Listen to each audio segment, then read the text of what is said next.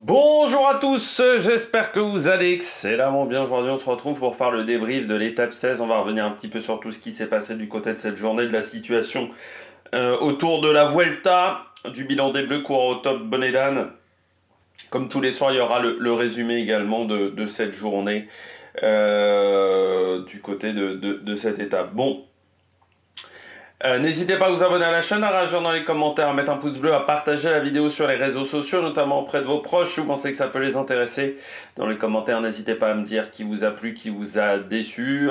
N'hésitez pas à réagir également sur la situation en ce moment sur la Vuelta. Si vous avez les moyens et que vous voulez soutenir mon travail, vous pouvez faire un super thanks. Vous pouvez également rajouter la petite cloche, comme ça vous êtes au courant des dernières vidéos qui sortent, surtout quand parfois elles sont à des horaires déclarés. Je vous expliquerai aussi pourquoi j'ai décalé l'enregistrement de cette vidéo.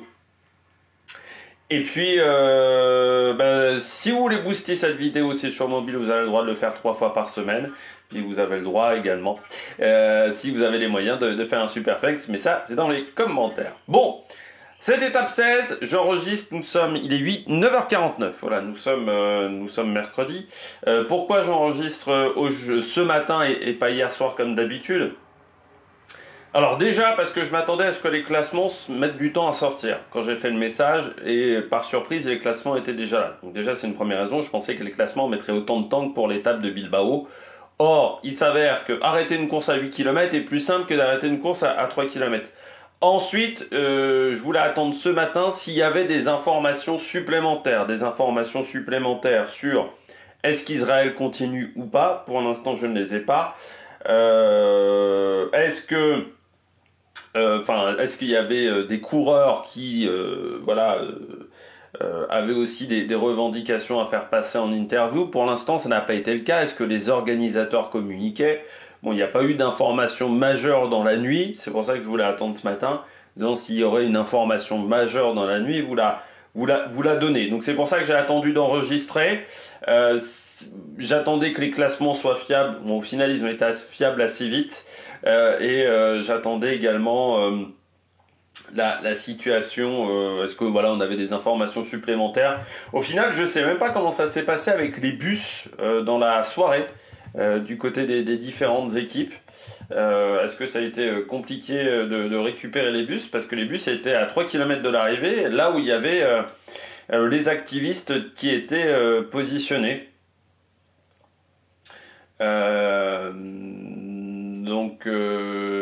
C'est vraiment la vraie interrogation de ce côté-là. Bon, on commence tout de suite, on va faire le résumé et puis après on parlera de la situation sur la Vuelta. L'étape qui démarrait on va dire tranquillement après ce lendemain de journée de repos. Première attaque avec 8 coureurs. L'échappée qui va mettre un petit peu de temps à sortir. On va avoir aussi Patrick Eddy par exemple qui va tenter sa chance et Pierre Thierry qui vont être pris assez vite. On aura un groupe aussi avec Jordan Labrosse, Braz Afonso, Verret et de nouveau Pierre Thierry avec Pierre-André Côté également d'Israël, première tech. Cette échappée n'ira pas au bout. On a eu également Bruno Armirail qui à un moment s'est retrouvé seul. Ricard et Cavagna, à ce moment-là on avait déjà passé plus de 40 km à l'avant de la course. Et l'échappée qui va mettre en fait 1 heure à sortir. L'échappée qui va se faire en 2 temps à 119 km de l'arrivée. On va avoir un premier groupe de 4 coureurs qui va être rejoint par 10 coureurs. L'échappée, vous l'avez à l'écran. Elle est sur un autre affichage que tente des fois Pro Cycling Stat, la composition par équipe. Donc vous voyez, l'équipe qui était la mieux représentée, c'était la Groupama FDJ avec Braz Afonso, Mollard et Roulant.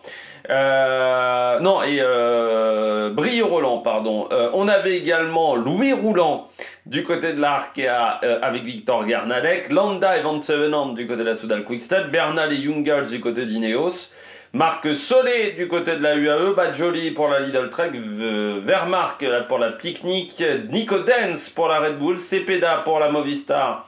Beaucoup en échappé Cepeda, mais je pense qu'il n'y a plus beaucoup d'essence dans le moteur. Jack Stewart du côté d'Israël, première tech. Finlay Pickering pour la Bahreïn. Et Sean Quinn pour la EF. C'est échappé qui va être contrôlé par la Visma, mais autant vous dire qu'il n'y a pas de coureur dangereux. Le plus dangereux au général, je crois, était Bernal avec Landa, donc on peut pas dire que c'était des dangers directs pour Jonas Vingegaard. À 85 km de l'arrivée, l'échappée compte déjà 4 minutes 27 d'avance et on apprend à ce moment-là de l'abandon de Javier Romo. Javier Romo qui était tombé dimanche suite à un mouvement provoqué par la traversée sur la route d'un activiste palestinien suivi par un policier de la Guardia Civile. Donc il y a quand même... Cette situation autour de la Vuelta a quand même déjà fait une victime, on va dire, Javier Romo, qui est tombé et voilà, qui disait très clairement que lui, sa fête était bien gâchée et c'est un objectif, une joie pour lui de participer à cette Vuelta qui était bien gâchée par la situation autour d'Israël, Première Tech et de ses activistes. À 76 km de l'arrivée, on passe dans la côte de Sant'Antonino. C'est Nico Denz qui passe en tête, mais il n'y a pas véritablement de coureur très intéressé par le classement du maillot à poids bleu. À 68 km de l'arrivée, l'écart est de 4 minutes 50. Et cet écart va continuer à grandir. Cepeda va être lâché. On va avoir également Marc Solé à un moment distancé. Et puis le groupe en fait de tête va se diviser en deux portions. D'un côté, on va avoir Landa qui va être en tête et qui va être rejoint par notamment Brazzafozzo, Denz, avec Brio Roland et Bernal. Donc ça va nous donner un grand groupe dans ces passages-là. Et à 45 km de l'arrivée, ce groupe de tête a 18 secondes d'avance sur le peloton à 6 minutes 43. Dans le groupe de poursuivants, Cepeda et Guernalec sont lâchés. Et alors que nous sommes dans un faux plat montant, Marc Solé et Finlay Pickering vont s'en aller à deux, à environ 35-33 km de l'arrivée. Devant, on est toujours nombreux, sauf que Nico Denz commence à craquer. Brio Roland aussi à 22 km de l'arrivée, dans une montée extrêmement pentue, parce que l'avant-dernière montée de la journée, qui au final a été la dernière, était extrêmement pentue. Derrière, vous avez le cerf qui est lâché. Dans le peloton, ce n'est plus la Visma qui roule, c'est la Bahreïn. Pourquoi? Compte d'apothicaire pour Torsten Trahen, comme souvent du côté de la... De toute façon, la Bahreïn et la Movistar, j'ai envie de dire, c'est un peu le même défi pour ces deux formations-là. On essaye de sauver la 10e place de Torsten Trahen, donc on roule, car l'écart était monté à plus de 8 minutes entre les hommes de tête, le groupe Bernal et le peloton. À 21 km de l'arrivée dans cette montée, eh bien c'est Félix Gall qui va être lâché et qui va perdre beaucoup de temps. Et ensuite, Vingegaard va avoir une crevaison, mais heureusement, changement de vélo éclair avec un de ses équipiers, ce qui ne va pas lui poser trop de problèmes. Autre crevaison à 16 km de l'arrivée, c'est Clément Brazzafozzo qui crève au mauvais moment parce que on apprend que la course va être raccourcie à ce moment-là à cause d'un mouvement de foule à 3 km de l'arrivée, énormément de manifestants sur le bord de la route, en sachant que cette montée finale n'était pas très large. J'en avais le souvenir à l'époque de Clément Champoussin, vous avez même fait la miniature avec ça. C'était à peu près au même endroit où je vous ai fait où j'ai récupéré la miniature, où la route était très peu large. Et comme la Guardia Civile est assez vite dépassée dès qu'il y a des mouvements de foule, parce que c'est vrai que en termes de maintien de l'ordre, c'est pas top quand même la Guardia Civile, parce qu'on s'aperçoit que très rapidement ils sont dépassés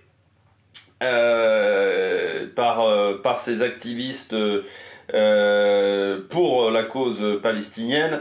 Et donc là, on est obligé de raccourcir et donc on bloque l'arrivée à 8 km de l'arrivée, c'est-à-dire que la dernière montée ne se fera pas, ce qui change énormément le sportif de cette étape.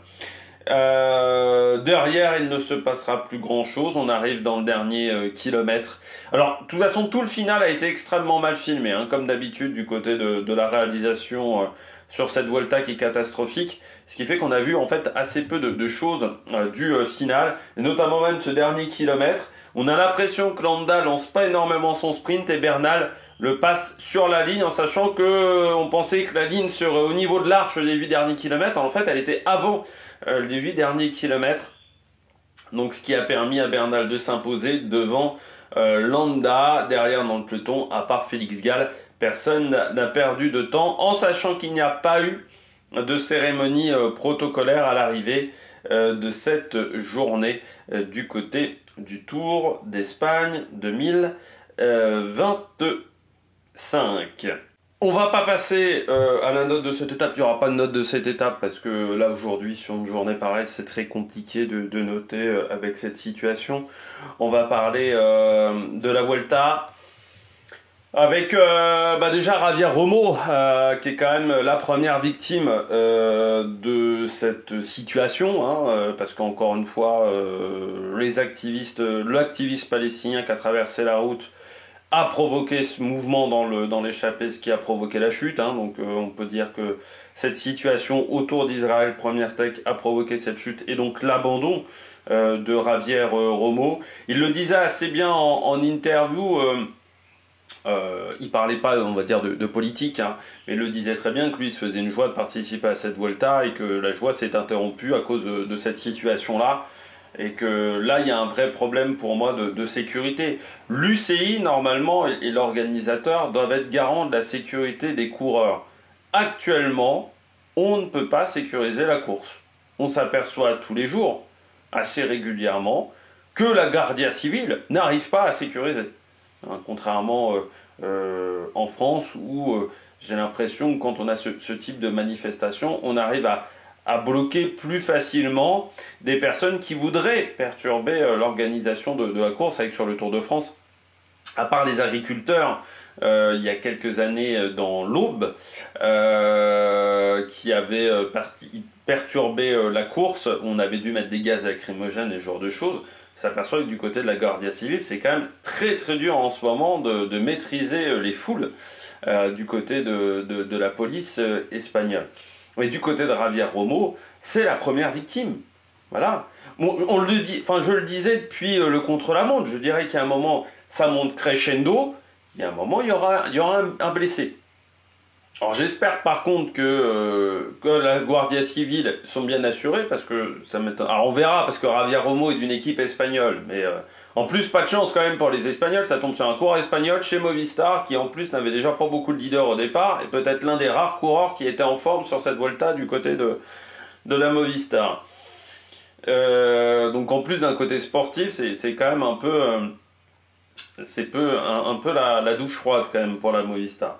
Pour moi, en ce moment, la Vuelta est en crise. On est en pleine crise du côté de la Vuelta. Je ne sais pas comment on va pouvoir faire à la fois le contre-la-montre, à la fois l'étape 20, à la fois l'arrivée à Madrid. Comment on fait le contre-la-montre aujourd'hui? Comment on peut sécuriser les coureurs d'Israël? La solution, je dirais peut-être, parce que là aujourd'hui les coureurs d'Israël, vous les repérez facilement dans un contre-la-montre. Autant dans un peloton c'est compliqué. Le maillot Israël, si vous y connaissez pas beaucoup en cyclisme, et je pense que les gens qui font ça, s'ils connaissent pas beaucoup en cyclisme, vous pouvez confondre avec la Décathlon AG2R, vous pouvez confondre aussi, si vous êtes vraiment bigleux, avec la Movistar, voilà, des maillots où il y a du bleu, même la Groupama, si vous connaissez pas grand chose de cyclisme, des maillots où il y a du bleu et du blanc, il y en a quand même quelques-uns dans le peloton. Par contre, dans un contre-la-montre, vous avez la petite pancarte avec le nom du coureur et la voiture derrière. Donc c'est impossible de ne pas trouver les coureurs Israël Première Tech et de ne pas les embêter sur un contre-la-montre. On l'a vu déjà sur le contre-la-montre par équipe, où on a pu embêter les coureurs. Et ce qui a posé un souci quand même, on a dû redonner du temps. Mais là, moi je me dis, vu que ça monte crescendo depuis une quinzaine de jours, je ne serais pas surpris qu'il y ait des activistes qui n'hésitent pas à faire tomber les coureurs Israël Première Tech. Aujourd'hui, un organisateur et l'UCI doivent s'assurer de la sécurité des coureurs. À partir de ce moment-là, moi, on ne peut pas assurer la sécurité des coureurs et on ne peut pas assurer non plus l'équité sportive. Imaginons, un coureur Israël est arrêté, sauf que entre chaque coureur au départ, c'est 1 minute. Le coureur d'après, si les supporters n'ont pas dégagé la route, il va être bloqué. Imaginons que c'est un coureur qui joue la victoire d'étape. Comment on fait? On ne peut pas donner de vainqueur d'étape. On redonne du temps comme on a fait lors du contre-la-montre par équipe, mais bon, c'est un peu aléatoire quand même. Donc comment on fait? On est obligé d'arrêter le chrono au deuxième intermédiaire? Donc de raccourcir encore l'étape? Comment on fait? L'une des solutions, mais encore, ça serait de mettre des voitures, que tous les concurrents partent avec des voitures neutres. Mais bon, ça demande des moyens financiers et techniques importants pour la Vuelta, c'est-à-dire que tout le monde parte avec des voitures de location pour qu'on ne puisse pas repérer à l'avance les coureurs, avec pas de pancarte sur les voitures. Même en faisant ça, je suis pas sûr que ça assure la sécurité des coureurs Israël Première Tech et que ça évite les chutes. Je suis pas convaincu. J'espère qu'en plus ces activistes ne feraient pas tomber un coureur d'une autre formation. Par exemple Decathlon AG2R. Là, ça serait encore plus con. Déjà que la première idée est conne, mais alors là on atteindrait un summum dans le débile. Ensuite, l'étape numéro 20, donc arriver au sommet sur une route bétonnée, le final est peu large. Pour l'instant, on ne peut pas assurer la sécurité, on le voit sur les arrivées au sommet. Donc avec, en ce moment, le niveau de la Guardia Civile au niveau maîtrise des foules, à part, alors l'une des solutions pour l'étape 20, c'est de bloquer le sommet. C'est-à-dire de faire comme au moment de la Covid, ce qu'on faisait sur certaines montées au moment de la Covid, je ne sais pas si vous vous souvenez, c'est qu'on faisait des montées à huis clos, c'est-à-dire faire des montées à huis clos. Ce qui pourrait être une solution pour la montée finale de l'étape de 20. Pour Madrid, par contre, je vois pas comment on peut faire. Enfin, parce qu'on est sur un circuit qui en plus est assez court, le circuit de Madrid, ça doit être 4,5 km, c'est très court le circuit de Madrid, hein. En plus avec des sections en épingles, on a plusieurs épingles on a 3 épingles sur le parcours, en gros, je vois pas comment on peut bloquer. Moi je vois pas comment on peut arriver à Madrid. Je ne vois pas du tout. Voilà. Donc pour moi sur ces 3 étapes là, il y a un souci.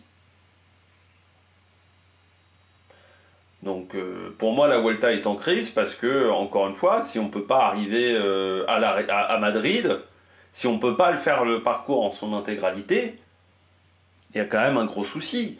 Pour moi la Vuelta est en crise quand on parle plus de l'extra-sportif que du sportif. Aujourd'hui, on parle plus du tout de la course, en gros. On parle plus de Vingegaard, on parle plus du classement général. Même les questions posées à Vingegaard sont sur c'est la situation actuelle des supporters du Tour d'Espagne. Je ne sais pas si on peut appeler ça vraiment des supporters, parce que j'ai l'impression que c'est des gens qui viennent exprès pour le drapeau palestinien, qui n'ont pas forcément beaucoup d'intérêt avec le cyclisme. Mais là, je vois pas comment on peut faire. Israël ne voulant pas se retirer, l'UCI n'intervenant pas, je ne vois pas comment ASO peut sécuriser ces 3 étapes. Avec une Guardia Civile qui a l'air d'être dépassée très rapidement. Moi aujourd'hui, si j'étais organisateur, je ne le suis pas, mais si j'étais organisateur de la course, l'étape de Madrid, pour moi on l'annule. Voilà, parce qu'on ne peut pas la sécuriser, celle-là, raisonnablement. Donc il faudrait essayer de faire un circuit dans une zone avec moins de population, de faire une arrivée sur un circuit, mais même avec moins de population, je pense que c'est quand même compliqué, parce que vous avez des gens qui peuvent venir de Madrid et aller à la campagne, on va dire, potentiellement. L'étape numéro 20, arrivée à huis clos. Voilà. Arriver à huis clos, mais je pense qu'il n'y a pas d'autre solution. Le contre-la-montre, on l'annule. On ne peut pas assurer le parcours. On ne peut pas assurer le parcours pour les coureurs d'Israël Première Tech. Donc à partir du moment où cette équipe ne se retire pas et que l'UCI n'intervient pas, bon. Mais de toute manière, alors vous allez me dire, ça va modifier le sportif. Oui, mais de toute manière, le sportif est déjà modifié. Enfin, sur l'étape d'hier, Félix Gall, il peut être déjà à 2 ou 3 minutes. Donc il peut être hors jeu pour le top 5. On ne le sait pas. Vu comment il a perdu du temps en 1 km, la montée finale, c'était 8 bornes. Ça modifie forcément le sportif parce que Bernal n'aurait peut-être pas gagné face à Landa. Parce que c'est pas Brio Roland qui aurait fini 3e, peut-être, aussi. Que le groupe Brazafonso aurait pu revenir sur lui. Ça modifie le sportif. Que dans le groupe Vingegaard, peut-être qu'Almeida aurait pu reprendre 10 ou 15 secondes sur Vingegaard. On ne saura pas. Parce qu'on n'a pas pu faire cette dernière montée. Et que ça a déjà modifié le sportif lors du contre-la-montre. Parce que, est-ce que la perte de temps d'Israël, c'était vraiment 15 secondes? Difficile à dire. Ça a forcément modifié le sportif, parce que aujourd'hui, sur l'étape de Bilbao, il y a des coureurs qui ont certainement été décontenancés par les messages de la direction de course et de leur manager sportif. Donc ils ne se sont peut-être pas donnés à fond dans la dernière montée du jour, en sachant qu'il n'y avait pas de vainqueur. Donc, de toute manière, actuellement, la course a déjà été modifiée par ces activistes palestiniens. Voilà. Il y a pas... Le sportif a déjà été modifié aujourd'hui.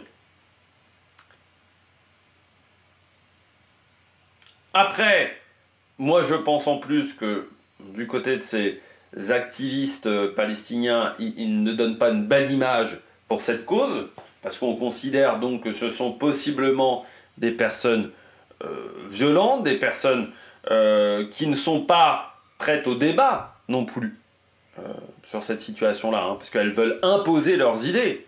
Quand tu veux bloquer une course, ça veut dire que tu veux imposer tes idées en force, en plus. Tu n'es pas dans la discussion, tu n'es pas dans le débat, ce qui aurait pu être le cas. De vouloir débattre avec les coureurs d'Israël Première Tech. Non, tu es tout de suite dans, on va dire, dans de la violence quand même. Enfin, dans une violence qui est légère. Voire quand même pour Javier Robo qui n'est pas légère. Mais tu es déjà dans, tu veux imposer tes idées. Donc, ça donne pas une bonne image pour cette cause-là. Je suis désolé. Mais quand tu fais tomber un coureur, ça donne pas une bonne image. J'ai regardé ce matin, pour tout vous dire, le site jean-marc-morandini.com. Je me suis dit, est-ce qu'il va parler de la Vuelta? Il parle jamais de sport.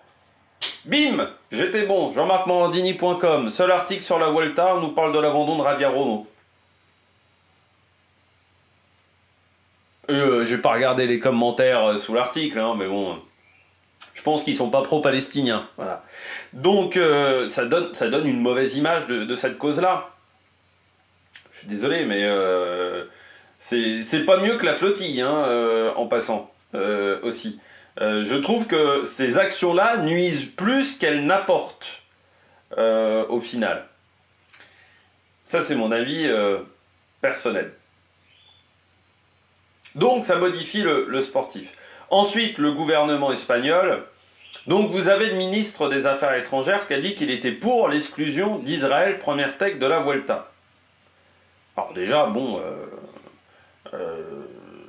et ils n'ont absolument pas mis en cause le blocage de la course. Déjà, c'est sympa pour la Vuelta, parce que quand tu as des amis comme ça au gouvernement, tu n'as plus besoin d'ennemis, je viens de te dire. Parce que aucun membre du gouvernement espagnol n'a pas défendu, on va dire, le fait de bloquer la Vuelta. Alors que je rappelle depuis le départ que AISO, l'organisateur, n'est pas responsable de la situation. Ils étaient dans l'obligation d'accueillir cette équipe. Elle est invitée d'office par rapport aux résultats sportifs de l'an dernier. Donc c'est quand même très sympathique de la part du gouvernement espagnol, ce genre de terme. Et donc déjà, ils ne défendent absolument pas leur grand tour. Alors déjà que la Vuelta, on s'aperçoit que là, c'est pas une institution, mais déjà que la Vuelta était quand même pas considérée comme la plus grande course du monde, tu t'aperçois que même en Espagne, on considère que ce n'est pas un événement sportif majeur. Parce que, imaginons un match de Barcelone, un match du Real Madrid perturbé par ces mêmes activistes palestiniens. Je suis pas sûr que le gouvernement espagnol ne serait pas intervenu en disant non, c'est pas bien, c'est pas une bonne chose. Tu t'aperçois que la Vuelta, c'est en fait un événement mineur en Espagne dans le sport. Je trouve que c'est quand même con de la part du gouvernement espagnol parce que la Vuelta, ça permet quand même de montrer le patrimoine espagnol, de montrer le tourisme en Espagne. Et on sait que l'Espagne est quand même un pays comme la France, qui est un pays de tourisme. C'est quand même con de ne pas pouvoir le montrer parce que les étapes ne vont pas au bout. Mais surtout, il me fait rire le gouvernement espagnol, parce que le ministre des Affaires étrangères nous dit je veux, en gros, que Israël Première Tech quitte le Tour d'Espagne. Voilà. Non, c'est quand même con, parce que tu pouvais interdire d'entrer sur le territoire à tous les coureurs de l'équipe. Et à tous les membres du staff. Il y a 3 semaines. Alors, pourquoi tu ne l'as pas fait ? Parce qu'il y a 3 semaines, si le gouvernement espagnol, notamment le ministre des Affaires étrangères, était contre la venue d'Israël Première Tech au départ de cette Vuelta, en sachant que l'UCI n'intervient pas, interdit d'entrer sur le territoire. Parce qu'il n'y a aucun coureur qui est espagnol dans la formation. Interdit d'entrer sur le territoire. Pourquoi ils ne l'ont pas fait alors, le gouvernement espagnol ? Surprenant comme quoi, après coup, des fois on réfléchit du côté des politiques espagnoles, comme quoi la politique en Espagne, j'ai l'impression, n'est pas vraiment d'un meilleur niveau qu'en France. Dernier point, que fait l'UCI ? Ça fait quand même 2 semaines et demie que l'un des plus grands événements sportifs du cyclisme est bloqué, est dans une impasse. Que fait l'UCI ? On a eu un pauvre communiqué après le contre-la-montre par équipe. Que fait David Lappartient ? Il n'est même pas sur la Vuelta pour soutenir les organisateurs dans ce moment qui n'est pas évident pour eux. Non, il n'y a même pas David Lappartient. David Lappartient, on ne sait jamais où il est. Il est peut-être déjà au Rwanda, vous allez me dire, il est très pote avec le gouvernement du Rwanda. Mais là, c'est quand même extraordinaire. Parce que, encore une fois, quand il a fallu dégager Gazprom et Minsk Cycling Club, ça n'a même pas mis un mois. Ça n'a même pas mis un mois et demi. Voilà. Quand il faut dégager Israël Première Tech, c'est un problème. Parce que là, aujourd'hui, la situation qu'on a sur le Tour d'Espagne, l'an prochain, je rappelle que Israël Première Tech sera World Tour. On s'aperçoit que la direction de l'équipe est insensible à ce qui se passe. Ça veut dire qu'ils veulent continuer à s'appeler Israël Première Tech, ils veulent continuer à participer aux courses de cyclisme. Ils ne veulent pas vendre leur équipe à un autre partenaire.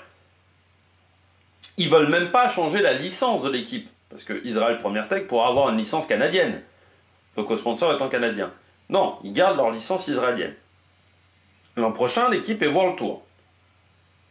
Comment on va faire ? Tour du Pays Basque, Tour de Catalogne, Tour d'Espagne.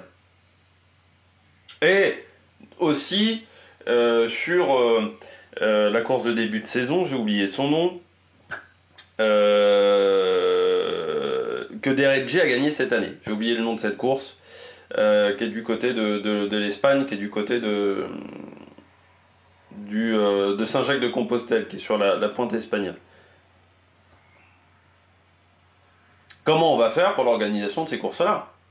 Parce que Israël est invité d'office et doit participer à ces courses-là, parce que je rappelle que le règlement du World Tour à partir de l'an prochain, vous n'avez le droit de faire qu'une seule impasse dans la saison. Donc de toute manière, parmi les règlements, ils sont obligés de participer à ces 3 courses. Comment on fait l'an prochain ?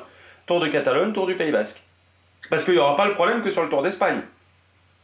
Comment on fait également, on sait qu'il y a déjà eu des pétitions sur des courses en Belgique. Comment on fera en Belgique ?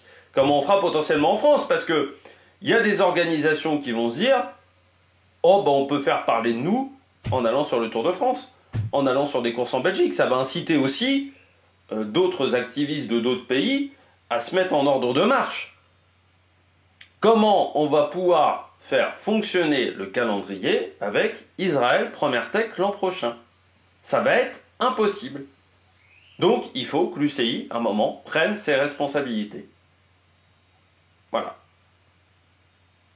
Les responsabilités, c'est que si tu as mis dehors Minsk et Gazprom, tu mets dehors Israël Première Tech.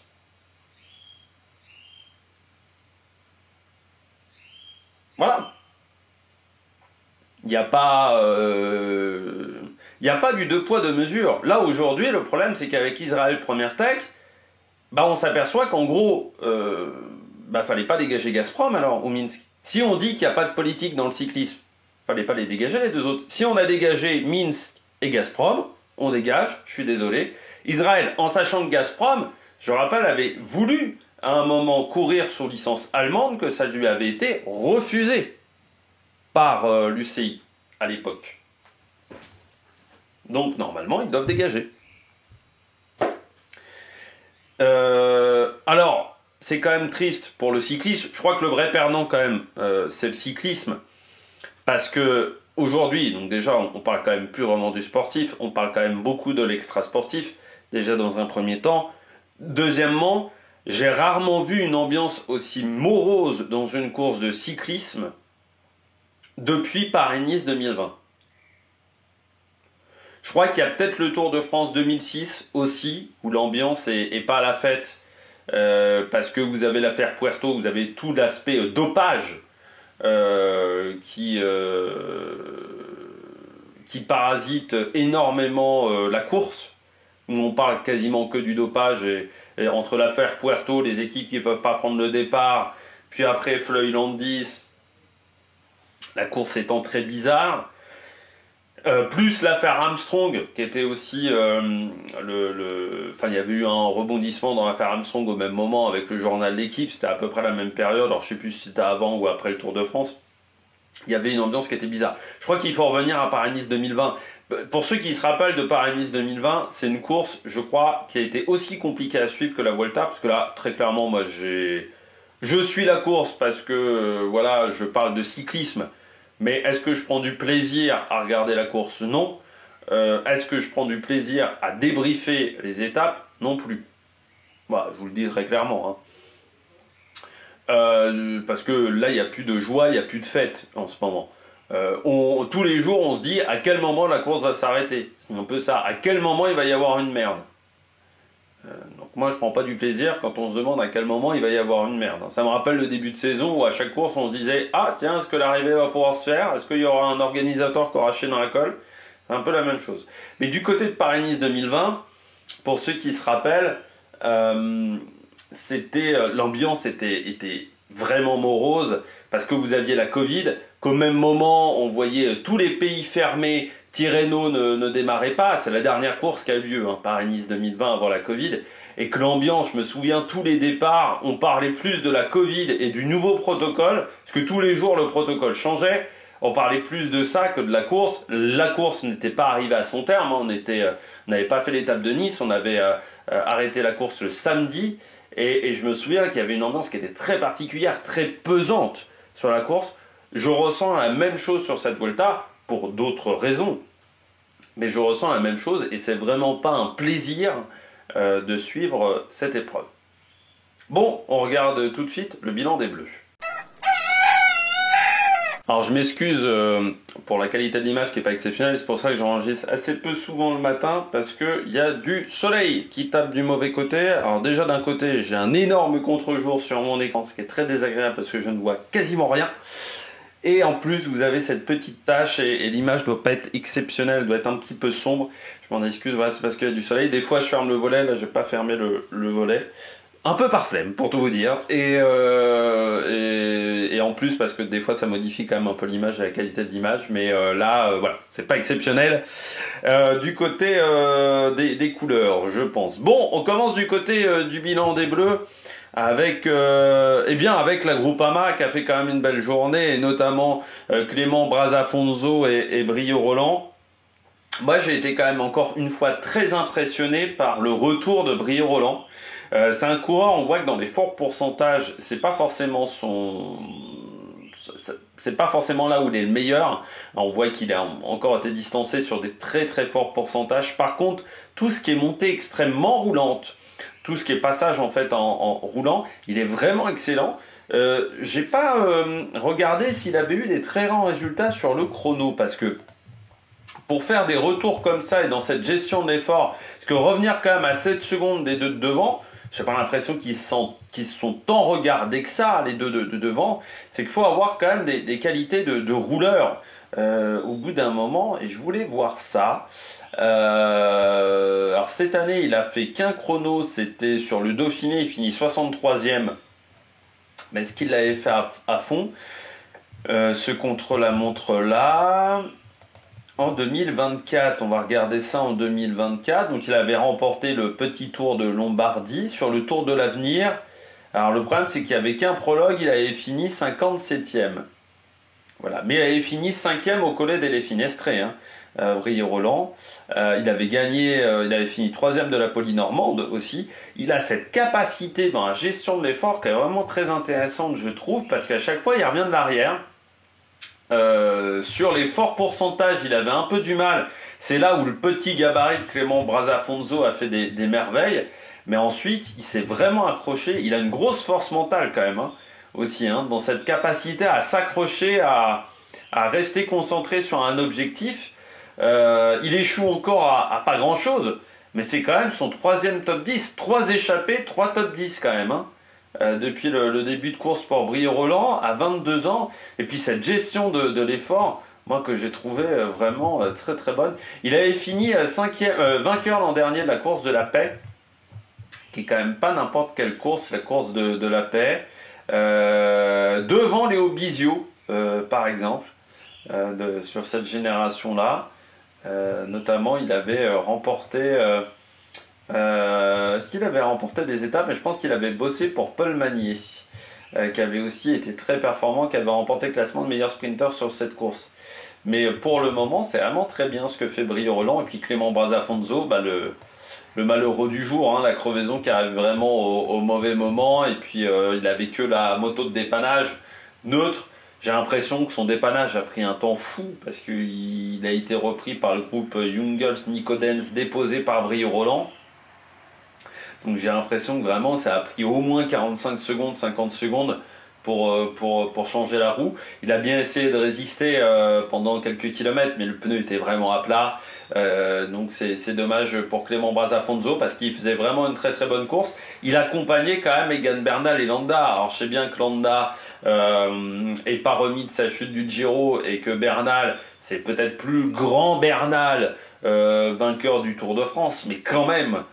Arriver à suivre les deux, l'année dernière, je rappelle, il était chez CIC Nantes Atlantique.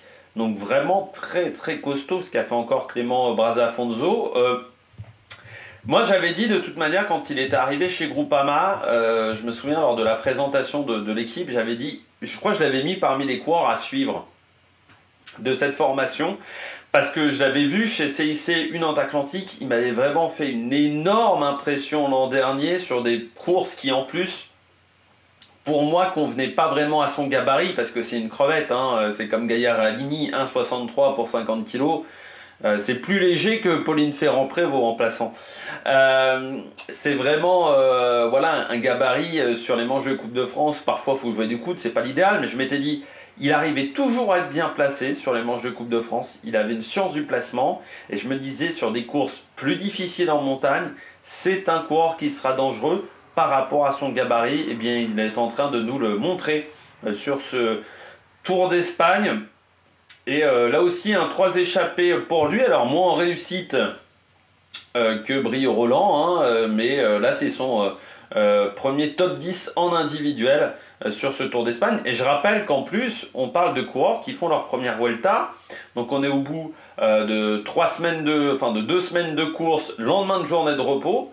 Ça montre quand même plusieurs choses. Premièrement, récupération, c'est plutôt pas mal pour ces deux coureurs-là. Deuxièmement, ils ont bien passé la journée de repos. Et on sait que chez beaucoup de coureurs, notamment des Français, les lendemains de journée de repos peuvent être un petit peu complexes. Donc très performant de ce côté-là. Je salue aussi le fait qu'Arkea ait quand même placé 2 coureurs dans l'échappée.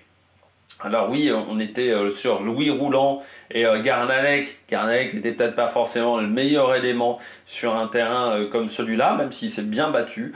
Mais encore une fois, plus que des Cofidis, où il y avait 0 Cofidis aujourd'hui. Pas de décathlon aussi. Alors on a tenté avec Bruno Armirail, mais c'est vrai que pour les autres ça a été un petit peu plus compliqué. Mais quand même, voilà, il faut saluer qu'Arkea se bat. Ils n'avaient pas la meilleure équipe au départ. Ils ont perdu quand même leurs 2 meilleurs éléments assez vite, que ce soit Raúl Garcia Pierna ou Christian Rodriguez. Ils les ont perdus assez vite. Mais on voit que c'est encore une fois que le collectif se bat pour essayer de continuer. Parmi les informations autour d'Arkea BNB Hotel, on a appris que l'équipe va faire une demande de licence. De licence UCI pour l'an prochain. C'est Emmanuel Hubert qui va mettre 80 000 € de ses deniers personnels sur la table. Par contre, il a bien dit, pour l'instant, il n'y a pas de sponsor. Donc, on sait qu'il y a 2 touches, il semblerait. Une avec le Qatar, une avec Visit Rwanda. C'était les dernières rumeurs. Mais voilà, il le dit, là il va falloir signer quelque chose. S'il n'a pas en gros de garantie bancaire en octobre, l'équipe s'arrête. Il essaye de prolonger, mais on voit qu'il va falloir signer quelque chose et annoncer une signature très vite, sinon ça va être compliqué du côté de cette formation. Je termine avec Félix Gall. Encore un lendemain de journée de repos compliqué pour Félix Gall, une étape difficile pour le concurrent autrichien. C'est le seul qui a perdu du temps sur les leaders du classement général avec Junior Le Serre, mais Junior Le Serre, il est revenu dans le top 10 grâce à une échappée. C'est vraiment le seul qui a perdu du temps, 1 minute de perdu sur une étape comme celle-là. Et encore, ça aurait pu être pire, je pense, si on avait eu les 8 derniers kilomètres de montée. Lui, il peut dire merci peut-être aux activistes palestiniens qui étaient à 3 km de l'arrivée. Mais oui, c'est difficile aujourd'hui pour Félix Gall. Il va falloir travailler ça les lendemains de journée de repos. Il a un peu le syndrome de certains coureurs français. Romain Bardet, Thibaut Pinot n'étaient pas les meilleurs les lendemains des journées de repos. Donc est-ce que c'est un syndrome français de la journée de repos, des équipes françaises sur les journées de repos? On peut se poser la question, parce que c'est vrai que là, ça a été très très compliqué encore, et ça avait été déjà compliqué du côté de Bilbao pour Félix Gall. Donc dommage pour lui avec cette minute de perdu, parce que ça l'éloigne quand même de la possibilité d'accéder au podium, en sachant que je rappelle que s'il y a un contre-la-montre, c'est quand même pas sa spécialité à l'Autrichien, le contre-la-montre, surtout par rapport à du Pidcock et du Jane Lane, donc il risque de perdre encore plus de temps et voire de perdre des positions par rapport aux coureurs qui sont derrière lui du côté du classement général. Allez, on regarde tout de suite les coureurs au top. Attaque de Marlou! On continue du côté des coureurs au top. Egan Bernal. Oui, forcément, c'est une victoire quand même importante. Alors, il y a ce côté victoire importante, oui, parce que ça fait quand même depuis l'accident, ça date d'il y a 3 ans. Alors je rappelle, il n'a pas été renversé, parce que chez Eurosport on disait qu'il avait été renversé. Non, il est rentré dans un bus qui a dû piler, parce qu'il était rentré dans le cul d'un bus. Bernal, il n'a jamais été renversé par un bus. Et il était en position de contre-la-montre, en gros il n'a pas vu le bus devant lui. Et ce qui a provoqué ce grave accident pour Egan Bernal, parce que le bus devait piler, et il était comme ça, en position de contre-la-montre, il n'a rien vu. Il n'a jamais été renversé, contrairement à Degenkolb, par exemple, qui avait été renversé, ou Jan Uijtdebroek, qui a été renversé il n'y a pas si longtemps que ça, lui, non. Mais du côté d'Egan Bernal, c'est quand même, oui, je pense que c'est une victoire intéressante, plus qu'importante dans sa carrière, parce que ça lui montre qu'il est encore capable d'obtenir des résultats. Moi, encore une fois, je pense qu'Egan Bernal, il est capable de faire des coups aujourd'hui. Il est plus capable de jouer le général sur 3 semaines, par contre, je pense qu'il est encore capable de gagner des étapes. Le problème, c'est que maintenant, il n'a plus la régularité. Pour gagner une course de 3 semaines, il faut être régulier. Vingegaard, il est toujours régulier. Pogacar, c'est pareil, ils sont réguliers tous les jours. Si tu as des journées de moins bien, tu peux plus aller jouer un classement général. C'est le problème de Bernal. Aujourd'hui, sa forme, elle fait comme ça.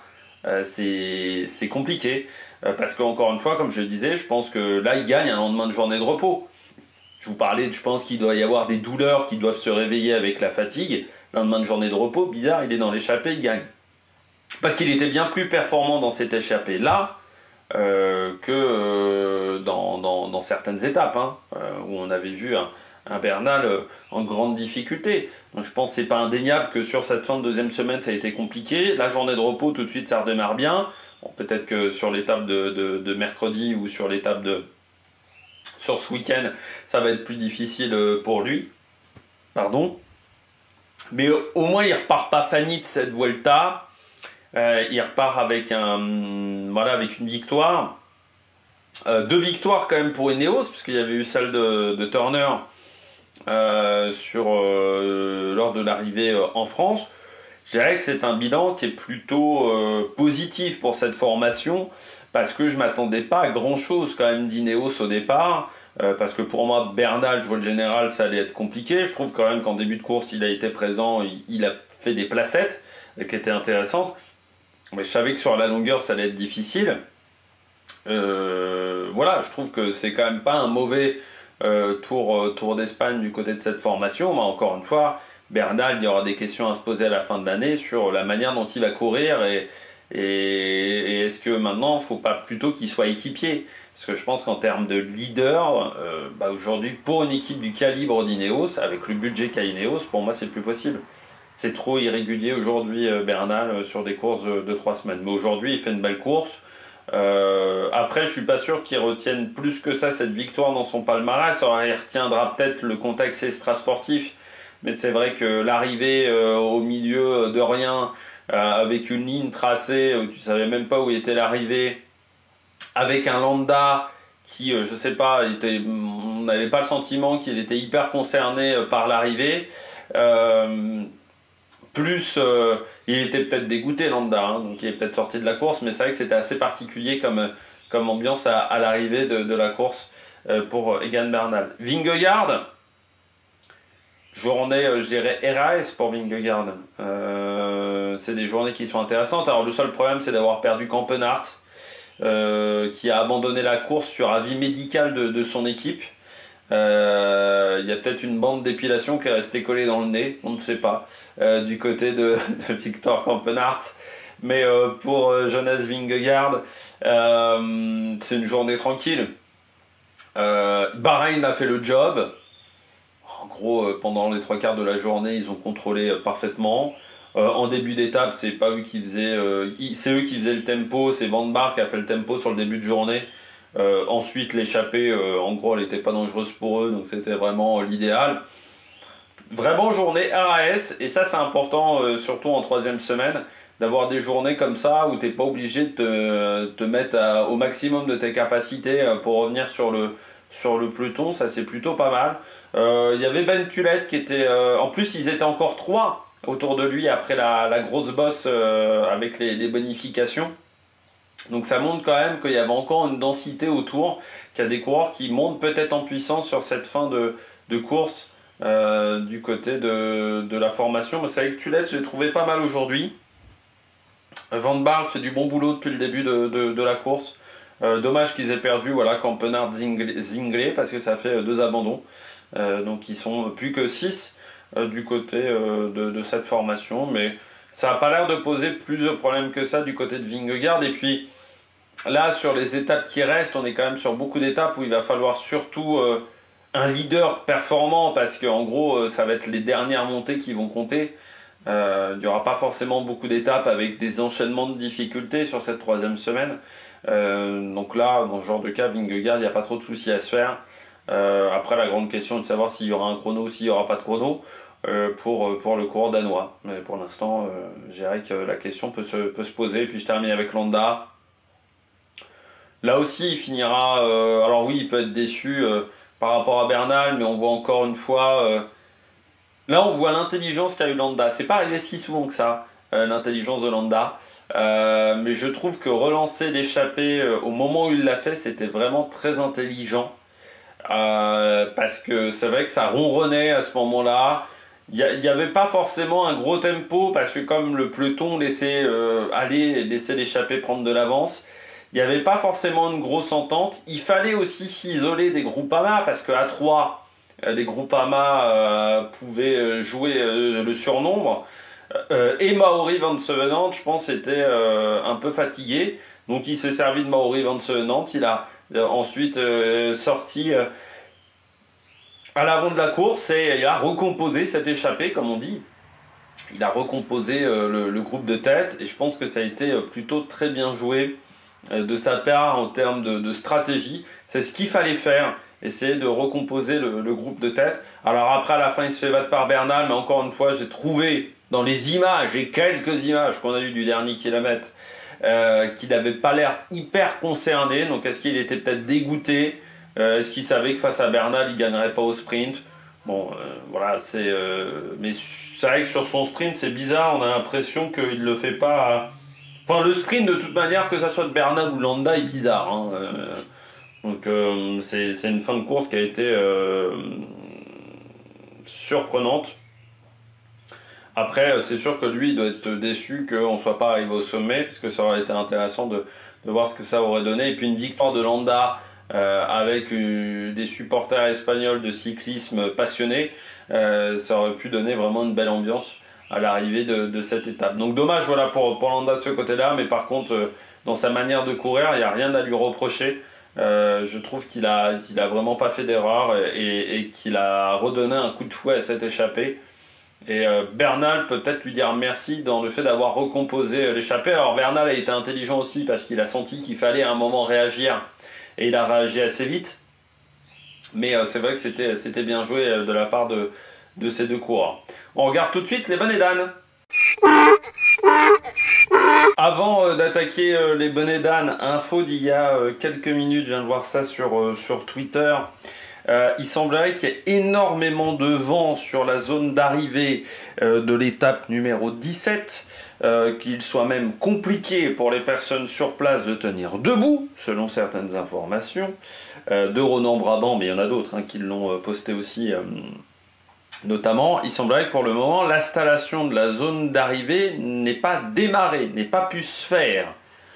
Donc, est-ce qu'on va pouvoir aller à son terme? Mais là, pas pour la cause palestinienne, pour des problèmes de climat. C'est la grande question, mais j'ai envie de dire que quand ça veut pas du côté de la Vuelta. Les emmerdes ont souvent tendance à voler un petit peu en escadrille. Et sur cette Vuelta, c'est également le cas. Bon, on regarde les bonnets d'âne rapidement. J'ai mis Marc Solé. Ah, si tactiquement c'était aussi bien que niveau physique du côté de Marc Solé, ça nous ferait un peu moins de divertissement, il faut bien le dire. Là aujourd'hui, comment il roule dans le final, enfin il y a un moment il fait des accélérations, tu te dis que ça a toujours été le problème de Marc Solé, la gestion d'effort. Moi je me souviens, Tour de France 2020, l'étape on arrivait à côté du musée Jacques Chirac. Je ne sais pas si vous vous souvenez de cette étape, où on est dans le massif central, enfin dans le haut du massif central, et Marc Solé fait une minace, je sais plus, je crois à 50 ou 45 km de l'arrivée, et à 40 bornes de l'arrivée, il est lâché par l'échappée. Mais c'est extraordinaire, ce coup-là c'est exceptionnel, c'est je crois les moments les plus divertissants de la carrière de Marc Solé. Non, c'est incroyable du côté de ce coureur, c'est que la gestion de l'effort, ça a toujours été particulier chez lui. Alors même s'il fait quand même beaucoup moins d'erreurs maintenant qu'il est chez UAE, et la tactique, il y en a tout bonnement quasiment zéro. C'est-à-dire que on en avait déjà parlé il y a quelques jours, quand j'avais dit Marc Solé, il a gagné à la Marc Solé. C'est-à-dire que c'était complètement le bordel, mais il arrive quand même à gagner à la fin. Là, ça marche pas tous les jours. Le problème du côté du coureur espagnol, et là, du coureur catalan, et là, oui, c'était un peu le bordel. Et pourquoi il n'a pas suivi Bernal? Ensuite, il se retrouve piégé parce que t'as 5-6 mecs devant, t'as Rudy Mollard derrière, il y avait Bob Jungels qui protégeait les intérêts de Egan Bernal et de Brio Roland, de Clément Brazafonso. C'est mort. T'arriveras plus à revenir. Et ensuite, ça s'est mis des menaces à droite à gauche. À des moments, il était lâché, à des moments, il revenait de l'arrière. Alors, il fait un énorme effort sur le faux plat montant, mais en gros, il est resté bloqué à 15 secondes. Et puis après, au bout d'un moment, il s'est relevé. Au départ, il s'est relevé pour aider Almeida, parce qu'Almeida avait plus grand monde autour de lui. Bon, il semblerait que ensuite, comme l'étape n'est pas allée à son terme, au final, il est resté dans le groupe à 1 minute. Du côté de Marc Solé, c'est frustrant. C'est frustrant aujourd'hui, mais oui, il y avait. Pourquoi il a pas réussi à rester dans les roues? Quand tu vois l'effort qu'il fait dans le faux plat montant, tu te dis qu'il avait les jambes pour rester dans les roues. Parce qu'il fait exploser tout le monde dans le faux plat montant. Devant, il se relaie pourtant à la perfection, hein, à part Nico Denz qui fait des cassures parce qu'il est vraiment limite. Mais sinon, ça se relaie plutôt bien devant. Et derrière, il arrive à reprendre 20 secondes, 20-30 secondes. Sur un faux plat montant, tu dis qu'il avait les jambes pour suivre à la fois Bernal, à la fois Landa, sauf que il n'a pas senti le coup stratégique et que c'est le gros problème de ce coureur, c'est que quand il sent pas que ça peut le faire, voilà, c'est pas le plus à l'aise tactiquement aujourd'hui, Marc Solé. Donc c'est vraiment un travail qu'il doit faire, mais bon, je pense que vu l'âge qu'il a, c'est peut-être un petit peu tard maintenant du côté du coureur espagnol pour avoir, je dirais, ce que j'appelle un QI cyclisme. Voilà, du côté de Marc Solé, mais un peu plus de tactique de course, là tout simplement. Et puis, autre coureur flop du jour, c'est Pellizzari. Je l'ai trouvé, alors il perd pas de temps aujourd'hui Pellizzari, hein, contrairement à Félix Gall, mais je l'ai trouvé quand même en grande difficulté dans la dernière bosse du jour. Alors est-ce que c'est parce que c'est un lendemain de journée de repos et qu'il a eu du mal à remettre la machine en route, ou est-ce que Giulio Pellizzari serait un petit peu sur la pente descendante au niveau état de forme, ce qui serait une mauvaise nouvelle pour lui. Par contre, une bonne nouvelle pour Genley, parce qu'en gros, là, on mettrait vraiment tous les œufs autour du coureur australien pour l'aider à récupérer le podium de ce Tour d'Espagne. Mais c'est vrai qu'aujourd'hui, Pellizzari, j'ai senti qu'il y avait un coup de moins bien sur cette étape. Il s'est vraiment accroché, il a réussi à revenir un peu sur le faux plat montant parce que la montée en fait était très pentue jusqu'à à peu près 700-800 mètres du sommet, et puis après c'était un peu plus roulant. Il a réussi à revenir sur la portion roulante, mais il s'est vraiment dépouillé, Pellizzari, et je me dis que s'il y avait eu la montée finale, je pense qu'il aurait bien explosé et voire peut-être perdu le maillot blanc, parce que face à Recitello, pour le moment, le match est quand même assez serré. Il y a 27-28 secondes d'écart. Alors, le Serre a reperdu du temps, donc il s'est éloigné de ce classement, mais ça reste extrêmement serré pour le moment du côté du maillot blanc. On regarde tout de suite pour finir cette vidéo les différents classements. Du côté du vainqueur d'étape, donc Egan Bernal devant Mikel Landa, Roland à 7 secondes, 1,02 pour Denz et Brazafonso, 1,10 pour Jungels, Mark à 1,12. Le peloton finit lui à 5 minutes 52 derrière, donc Victor Guernalec. Le seul coureur qui a perdu du temps, c'est Félix Gall qui finit à 6,46. Donc quasiment 1 minute de perdu par rapport aux hommes de tête. Des coureurs qui a abandonné sur cette étape, Javier Romo qui a abandonné, et puis 2 non partants, Campenard et Garofoli qui faisait jusqu'à maintenant une belle course du côté de la Soudal Quick Step. On regarde tout de suite le général. Pas de grands changements encore une fois. Vingegaard en tête devant Almeida, Pidcock, Hindley. Là les écarts ne bougent pas. Pellizzari, malgré une journée pas forcément fantastique, passe devant Félix Gall avec 4 minutes 21 de retard. Donc Félix Gall est à 4,24 et vous voyez que le podium est à 2,38. C'est-à-dire qu'il y a plus d'1 minute 40 maintenant d'écart entre lui et le podium. C'est quand même pas l'idéal. Recitello est 7ème devant Sepke Strahen et Junior Le Serre qui est toujours dans le top 10. Bernal remonte 12ème.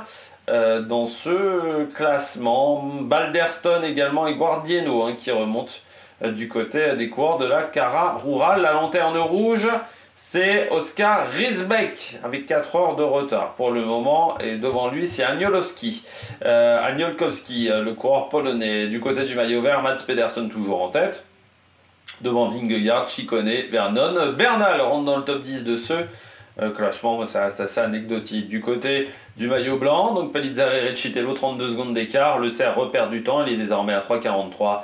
Balderston Guardiano à plus d'un quart d'heure du côté du classement par équipe. Eh bien, UAE devant la Visma, Red Bull, Decathlon et Soudal qui termine ce classement. Et bien donc nous, on se retrouve ce soir, enfin j'espère, si tout se passe bien du côté de l'étape, si les classements arrivent en temps et en heure, s'il n'y a pas un grand chantier, encore une fois, pour faire le débrief de l'étape 17, et puis de toute manière, demain 7h, présentation du contre-la-montre, parce que normalement, il devrait avoir lieu un contre-la-montre tout plat. On espère qu'il n'y aura pas de soucis de ce côté-là. Allez, n'hésitez pas à vous abonner à la chaîne, à réagir dans les commentaires, à mettre un pouce bleu. Puis nous, on se retrouve pour de nouvelles aventures sur l'Amérique Production. Ciao, ciao!